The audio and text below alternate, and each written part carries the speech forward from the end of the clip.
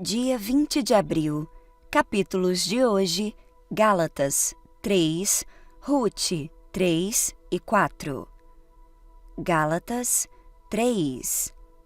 Ó Gálatas insensatos, quem os enfeitiçou?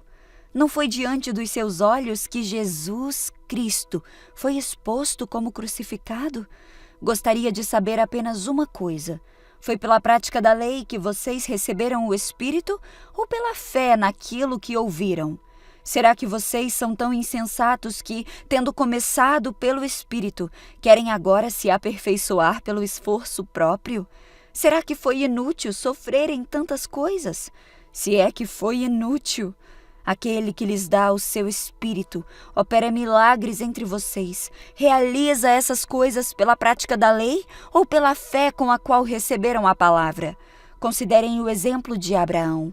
Ele creu em Deus e isso lhe foi creditado como justiça.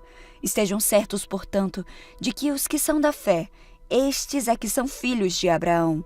Prevendo a Escritura que Deus justificaria pela fé os gentios, anunciou primeiro as boas novas a Abraão: por meio de você, todas as nações serão abençoadas. Assim, os que são da fé são abençoados juntamente com Abraão, homem de fé. Já os que são pela prática da lei estão debaixo de maldição, pois está escrito: maldito todo aquele que não persiste em praticar todas as coisas escritas no livro da lei. É evidente que diante de Deus ninguém é justificado pela lei, pois o justo viverá pela fé. A lei não é baseada na fé. Pelo contrário, quem praticar estas coisas, por elas viverá. Cristo nos redimiu da maldição da lei quando se tornou maldição em nosso lugar, pois está escrito: maldito todo aquele que for pendurado num madeiro.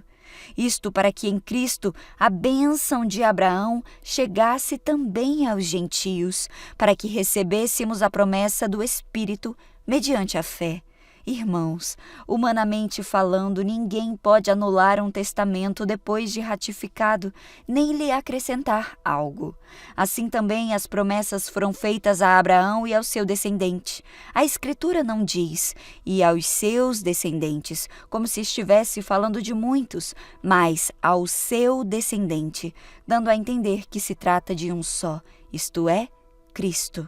Eu quero dizer isso: a lei que veio 430 anos depois não anula a aliança previamente estabelecida por Deus, de modo que venha a invalidar a promessa. Pois se a herança depende da lei, já não depende de promessa. Deus, porém, concedeu-a gratuitamente a Abraão, mediante promessa. Qual era então o propósito da lei?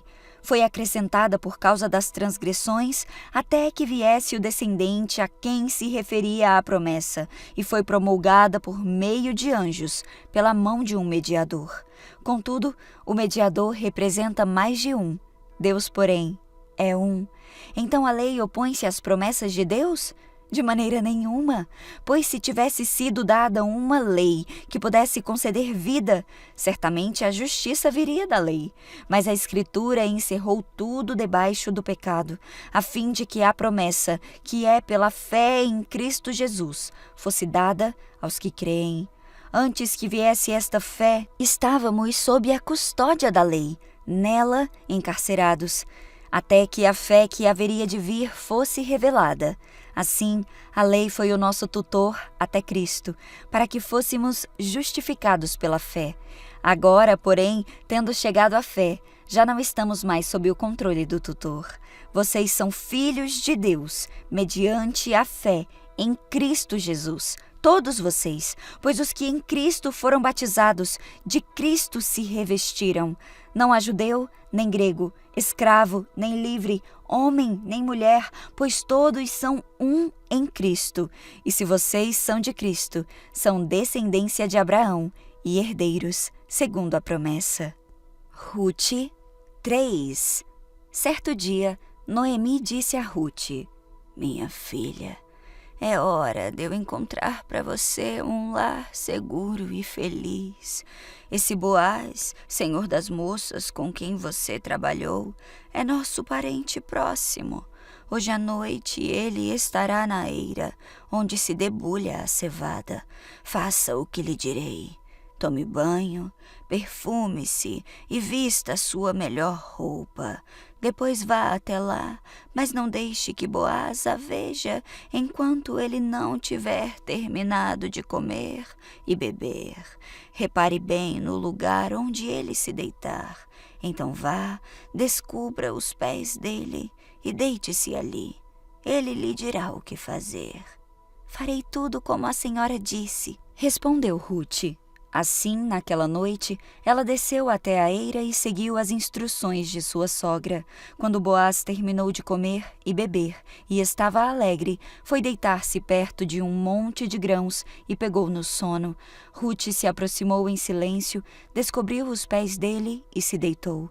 Por volta da meia-noite, Boaz acordou de repente. Ele se virou e ficou admirado ao encontrar uma mulher deitada aos seus pés. "Quem é você?" perguntou ele. Sou sua serva Rute, respondeu ela. Estenda as abas da sua capa sobre mim, pois o Senhor é o resgatador da minha família. Então Boaz exclamou: O Senhor a abençoe, minha filha. Você demonstra agora ainda mais lealdade por sua família que antes, pois não foi atrás de um homem mais jovem, seja rico ou pobre. Não se preocupe com nada, minha filha. Farei o que me pediu, pois toda a cidade sabe que você é uma mulher virtuosa.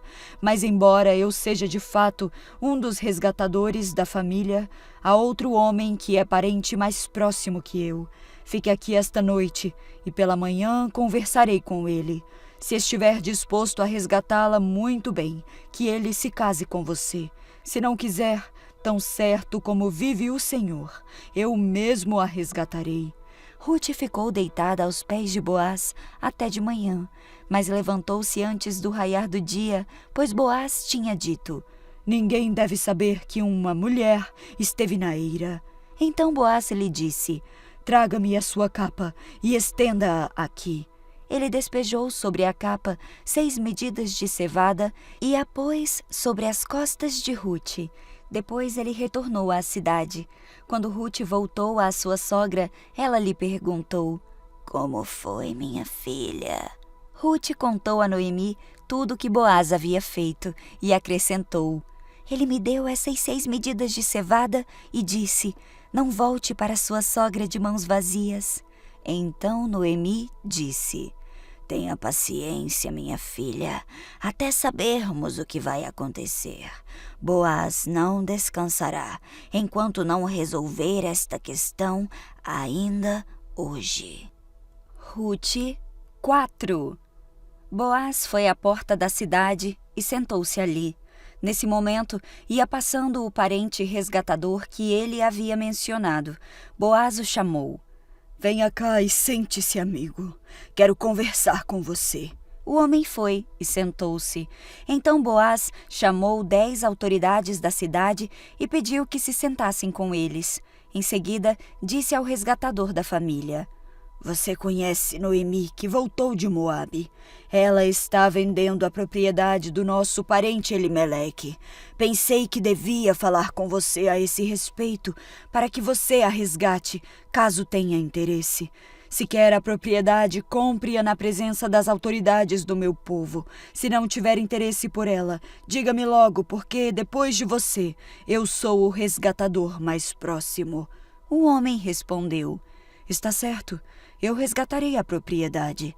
Então Boaz lhe disse: É claro que ao comprar a propriedade de Noemi, você também deve se casar com Rute, a viúva moabita.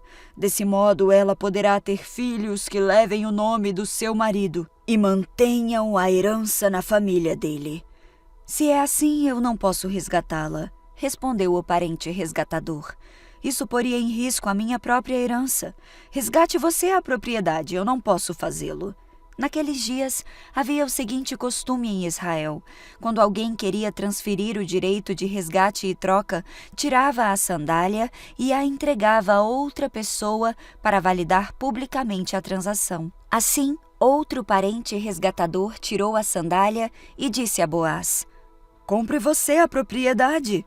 Então Boaz disse às autoridades da cidade e ao povo ao redor: Vocês são minhas testemunhas de que hoje eu comprei de Noemi toda a propriedade de Elimeleque, Quilion e Malom, e junto com a propriedade tomei como esposa Rute, a viúva moabita de Malom.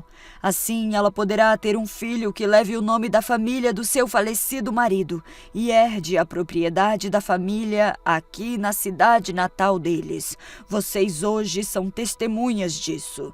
As autoridades da cidade e todo o povo que estava na porta responderam: Somos testemunhas. Que o Senhor faça a esta mulher que chega à sua família o que ele fez a Raquel e Lia, das quais descendeu toda a nação de Israel. Que você seja próspero em Efrata e famoso em Belém.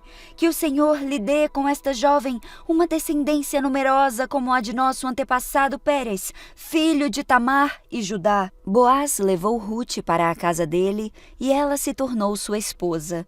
Quando Boaz teve relações com ela, o Senhor permitiu que ela engravidasse e ela deu à luz um filho. Então as mulheres da cidade disseram a Noemi: Louvado seja o Senhor, que proveu um resgatador para sua família. Que este menino seja famoso em Israel, que ele restaure seu vigor e cuide de você em sua velhice, pois ele é filho de sua nora, que a ama e tem sido melhor para você do que 7 filhos. Noemi pegou o bebê, aninhou-o junto ao peito e passou a cuidar dele como se fosse seu filho. As mulheres da vizinhança disseram: Noemi tem um filho outra vez. E lhe deram o nome de Obed. Ele é o pai de Jessé, pai de Davi. Esta é a genealogia de Pérez. Pérez gerou Esrom, Esrom gerou Rão, Rão gerou Aminadab, Aminadab gerou Naasson, Naasson gerou Salmom, Salmom gerou Boaz, Boaz gerou Obed, Obed gerou Jessé, Jessé gerou Davi.